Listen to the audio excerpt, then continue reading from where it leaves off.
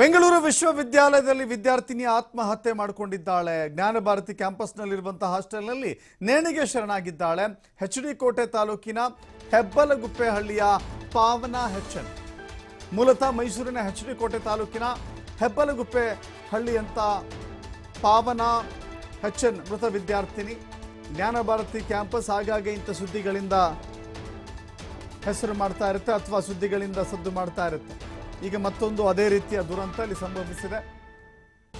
ದ್ವಿತೀಯ ವರ್ಷದ ಸ್ನಾತಕೋತ್ತರ ಪದವಿ ಓದ್ತಾ ಇದ್ದಂಥ ವಿದ್ಯಾರ್ಥಿನಿ ಆತ್ಮಹತ್ಯೆಗೆ ಶರಣಾಗಿದ್ದಾಳೆ. ಆಕೆ MA ವಿಭಾಗದಲ್ಲಿ, ಕನ್ನಡ ವಿಭಾಗದಲ್ಲಿ 2ನೇ ವರ್ಷದ ವಿದ್ಯಾರ್ಥಿನಿ.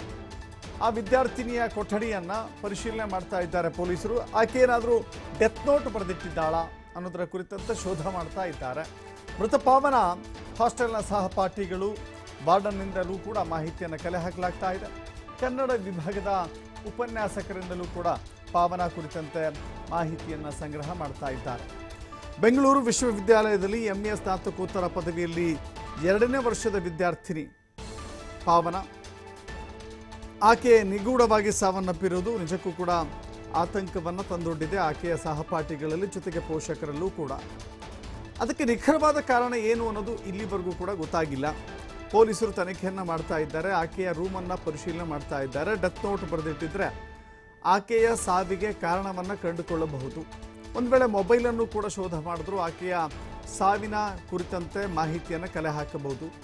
ಆಕೆಯ ಮೊಬೈಲ್ನಲ್ಲಿ ಕೊನೆಯ ಲಾಸ್ಟ್ ಕಾಲ್ಗಳು ಯಾರದ್ದಿದೆ, ಯಾರಿಗೆ ಕರೆ ಮಾಡಿದ್ದಾಳೆ, ಎಷ್ಟೊತ್ತು ಮಾತನಾಡಿದ್ದಾಳೆ, ಯಾವೆಲ್ಲ ವಿಷಯಗಳ ಮಾತನಾಡಿದ್ದಾಳೆ, ಜೊತೆಗೆ ಯಾರಿಗಾದರೂ ಸಂದೇಶಗಳನ್ನು ಕಳಿಸಿದ್ದಾಳ ಅಥವಾ ಯಾವುದಾದ್ರು ಸಂದೇಶಗಳು ಆಕೆಗೆ ಬಂದಿದೆಯಾ, ಇದು ವೈಯಕ್ತಿಕ ಸಮಸ್ಯೆನೋ ಅಥವಾ ಕಾಲೇಜು ವಿದ್ಯಾಭ್ಯಾಸಕ್ಕೆ ಸಂಬಂಧಪಟ್ಟಂಥ ಸಮಸ್ಯೆನಾ ಅಥವಾ ಕೌಟುಂಬಿಕ ಸಮಸ್ಯೆಯ ಕಾರಣಕ್ಕಾಗಿ ಆಕೆ ಜಿಗುಪ್ಸೆಗೊಳಗಾಗಲ್ಲ. ಸಾವಿಗೆ ಸಾವಿರ ಕಾರಣ ಇರ್ಬೋದು, ಬಟ್ ಆತ್ಮಹತ್ಯೆ ಮಾಡಿಕೊಳ್ಳುವುದಿದೆಯಲ್ಲ, ನಿಜಕ್ಕೂ ಕೂಡ ಇಂತಹ ನಿರ್ಧಾರಕ್ಕೆ ಯಾರು ಕೂಡ ಎಂಥದ್ದೇ ಸಮಸ್ಯೆ ಇರಲಿ ಅದನ್ನು ಬಗೆಹರಿಸುವ ನಿಟ್ಟಿನಲ್ಲಿ ಪ್ರಯತ್ನ ಮಾಡಬೇಕು, ಅದನ್ನು ಬಗೆಹರಿಸುವ ನಿಟ್ಟಿನಲ್ಲಿ ಹೋರಾಟ ಮಾಡಬೇಕಾದ್ರೆ ಸಾಯುವ ಹಂತಕ್ಕೆ ಬಂದು ತಲುಪೋದಿದೆಯಲ್ಲ, ಇದು ನಿಜಕ್ಕೂ ಕೂಡ ದುರಂತ.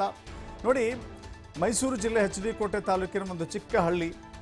ತನ್ನ ಮಗಳು ಹೆಂಗೋ MA ಓದ್ತಾ ಇದ್ದಾಳೆ, ಕನ್ನಡ ಓದ್ತಾ ಇದ್ದಾಳೆ. ಮುಂದೊಂದು ದಿನದಲ್ಲಿ ಆಕೆ ಪದವೀಧರಳಾಗಿ ವಾಪಸ್ ಬಂದ ಮೇಲೆ ಆಕೆಯ ಭವಿಷ್ಯವನ್ನು ಉಜ್ವಲವಾಗಿ ನೋಡಬಹುದು ಅಂತ ಹೇಳಿ ಆಕೆಯ ಪೋಷಕರು ಕನಸು ಕಂಡಿದ್ರು. ಆದರೆ ಇಲ್ಲೇನಾಗಿದೆ, ಆಕೆ ಯಾವುದೋ ಒಂದು ಕಾರಣದಿಂದಾಗಿ ಆತ್ಮಹತ್ಯೆಗೆ ಶರಣಾಗಿದ್ದಾಳೆ. ಇಲ್ಲಿ ಬೇರೆ ಕಾರಣಗಳಿರುತ್ತೆ, ಬೇರೆ ಅನುಮಾನಗಳಿರುತ್ತೆ. ನಾವೇನೇ ಮಾತಾಡಿದ್ರು ಕೂಡ ಅನುಮಾನಗಳ ಭಾಗವಾಗಿಯೇ ಮಾತನಾಡಬೇಕಾಗತ್ತೆ. ಕೆಲವೊಂದು ಬಾರಿ ಏನಾಗುತ್ತೆ, ಜ್ಞಾನ ಭಾರತಿ ಅಂದ ತಕ್ಷಣ ಕಾಲೇಜು ಆ ವಿಶ್ವವಿದ್ಯಾಲಯದಲ್ಲಿ ಕೆಲವಷ್ಟು ವಿದ್ಯಾರ್ಥಿಗಳಿಗೆ ಕಿರುಕುಳ ಕೊಟ್ಟಿರೋದನ್ನು ಅಥವಾ ವಿದ್ಯಾರ್ಥಿಗಳ ಮಧ್ಯೆ ನಡೆದ ಗಲಾಟೆಯನ್ನು ಅಥವಾ ಪ್ರಾಧ್ಯಾಪಕರು ಮತ್ತು ವಿದ್ಯಾರ್ಥಿಗಳ ನಡುವೆ ಇದ್ದಂಥ ಕೆಲವಷ್ಟು ಗೊಂದಲಗಳನ್ನು ಹಿಂದೆ ನೋಡಿದ್ದೇವೆ. ಅದೇ ಕಾರಣ ಅಂತ ನಾವಿಲ್ಲಿ ಹೇಳಲಿಕ್ಕೆ ಹೊರಟಿಲ್ಲ. ಜೊತೆಗೆ ಸಹಪಾಠಿಗಳ ಜೊತೆಗೂ ಕೂಡ ಕೆಲವಷ್ಟು ಕಲಹಗಳಿರುತ್ತೆ. ಆ ಕಲಹವು ಇಲ್ಲಿ ಕಾರಣ ಆಯಿತಾ ಅದು ಕೂಡ ನೋಡಬೇಕಾಗಿದೆ. ಜೊತೆಗೆ ಆಕೆಯ ವೈಯಕ್ತಿಕ ಜೀವನ, ಯಾವುದಾದ್ರು ಲವ್ ಸ್ಟೋರಿ, ಯಾಕಂತ ಹೇಳಿದ್ರೆ ಇತ್ತೀಚೆಗೆ ನಾವು ಹೇಳಲಿಕ್ಕೆ ಆಗೋದಿಲ್ಲ.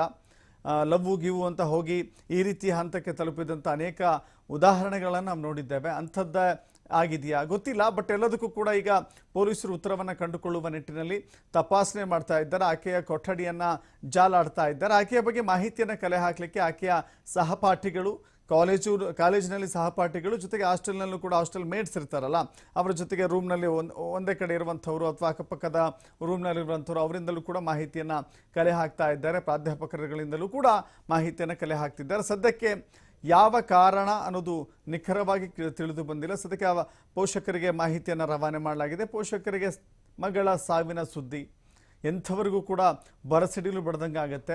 ಅವರ ತಂದೆ ತಾಯಿಗೂ ಕೂಡ ಅದೇ ರೀತಿ ಆಗಿದೆ. ಇದೀಗ ಮಗಳ ಸಾವಿನ ವಿಷಯವನ್ನು ತಿಳಿದು ಬೆಂಗಳೂರಿಗೆ ದೌಡಾಯಿಸ್ತಾ ಇದ್ದಾರೆ. ಜ್ಞಾನ ಭಾರತಿ ಪೊಲೀಸರು ಅಲ್ಲಿ ತೆರಳಿದ್ದಾರೆ, ತನಿಖೆಯನ್ನು ಚುರುಕುಗೊಳಿಸಿದ್ದಾರೆ. ಮತ್ತಷ್ಟು ಮಾಹಿತಿ ನಮ್ಮ ಪ್ರತಿನಿಧಿ ಸಂತೋಷ್ ನೀಡ್ತಾರೆ. ಸಂತೋಷ, ಘಟನೆಗೆ ಕಾರಣ ಏನಾದರೂ ಸುಳಿವು ಸಿಗ್ತಾ ಇದೆಯಾ? ಯಾಕೆಂತ ಹೇಳಿದ್ರೆ MA ಓದುವಂಥ ವಿದ್ಯಾರ್ಥಿನಿಕೆ ಕನ್ನಡ ವಿಭಾಗದಲ್ಲಿ ಬೇರೆ ಓದ್ತಾ ಇದ್ಲು, ಬೇರೆ ಅನೇಕ ವಿಷಯಗಳಿದ್ದಾವೆ. ಆದರೆ ಇಲ್ಲಿ ಪ್ರಮುಖ ಕಾರಣ ಏನಾಗಿರಬಹುದು ಅನ್ನೋದು ಏನಾದ್ರು ಮಾಹಿತಿ ಸಿಗ್ತಾ ಇದೆಯಾ?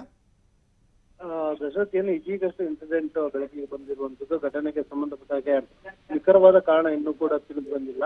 ಪೊಲೀಸರು ಸ್ಥಳಕ್ಕೆ ದೌಡಾಯಿಸಿರುವಂತದ್ದು, ದೌಡಾಯಿಸಿ ಈಗಾಗಲೇ ಸ್ಥಳ ಪರಿಶೀಲನೆಯನ್ನ ಮಾಡ್ತಾ ಇದ್ದಾರೆ. ಇನ್ನ ಮೃತಪಟ್ಟಿರುವಂತ ಆತ್ಮಹತ್ಯೆ ಮಾಡ್ಕೊಂಡಿರುವಂತ ಯುವತಿ ಏನಿದ್ದಾಳೆ, ಈಕೆ ಪಾವನ ಅಂತ ಹೇಳಿ ಮೂಲತಃ ಎಚ್ ಡಿ ಕೋಟೆಯ ವಿದ್ಯಾರ್ಥಿನಿ. ಇಲ್ಲಿ ಸ್ನಾತಕೋತ್ತರ ಪದವಿಯನ್ನ ಮಾಡ್ತಾ ಇದ್ದಂಥದ್ದು. ದ್ವಿತೀಯ ವರ್ಷದ ಸ್ನಾತಕೋತ್ತರ ಪದವಿಯನ್ನ ಇಲ್ಲಿ ಮಾಡ್ತಾ ಇದ್ರು. ಸೊ ಏಕಾಏಕಿಯಾಗಿ ತಾನು ಇದ್ದಂತ ಹಾಸ್ಟೆಲ್ನಲ್ಲೇ ಆತ್ಮಹತ್ಯೆಯನ್ನ ಮಾಡ್ಕೊಂಡಿರುವಂತದ್ದು. ಇದಕ್ಕೆ ನಿಖರವಾದ ಕಾರಣ ಇನ್ನೂ ಕೂಡ ಗೊತ್ತಾಗಿಲ್ಲ. ಆದ್ರೆ ಯಾವಾಗ ಅವರ ಸಹಪಾಠಿಗಳು ಆಕೆ ಆತ್ಮಹತ್ಯೆ ಮಾಡಿಕೊಂಡಿರೋದು ಗೊತ್ತಾಗುತ್ತೆ, ತಕ್ಷಣ ಪೊಲೀಸರಿಗೆ ಮಾಹಿತಿಯನ್ನು ನೀಡ್ತಾರೆ. ಸ್ಥಳಕ್ಕೆ ಈಗಾಗಲೇ ಜ್ಞಾನಭಾರತಿ ಪೊಲೀಸರು ಭೇಟಿಯನ್ನು ನೀಡಿರುವಂತದ್ದು. ಅದರ ಜೊತೆಗೆ ಆಕೆಯ ಪೇರೆಂಟ್ಸ್ ಏನಿದ್ದಾರೆ ಅವ್ರನ್ನು ಕೂಡ ಸಂಪರ್ಕವನ್ನು ಮಾಡಿದ್ದಾರೆ. ಅವ್ರನ್ನ ಸಂಪರ್ಕವನ್ನು ಮಾಡಿ ಅವರು ಕೂಡ ಮಾಹಿತಿಯನ್ನು ನೀಡಿದ್ದಾರೆ. ಸದ್ಯ ಪ್ರಕರಣ ದಾಖಲಾಗಿದೆ. ಪ್ರಕರಣದ ತನಿಖಾ ನಂತರ ಆತ್ಮಹತ್ಯೆಗೆ ನಿಖರವಾದ ಕಾರಣ ಹೊರಬರಬೇಕಾಗಿರುವಂತದ್ದು. Dasharath. Yes, thank you Santosh ನಿಮ್ಮೆಲ್ಲ ಮಾಹಿತಿಗೆ.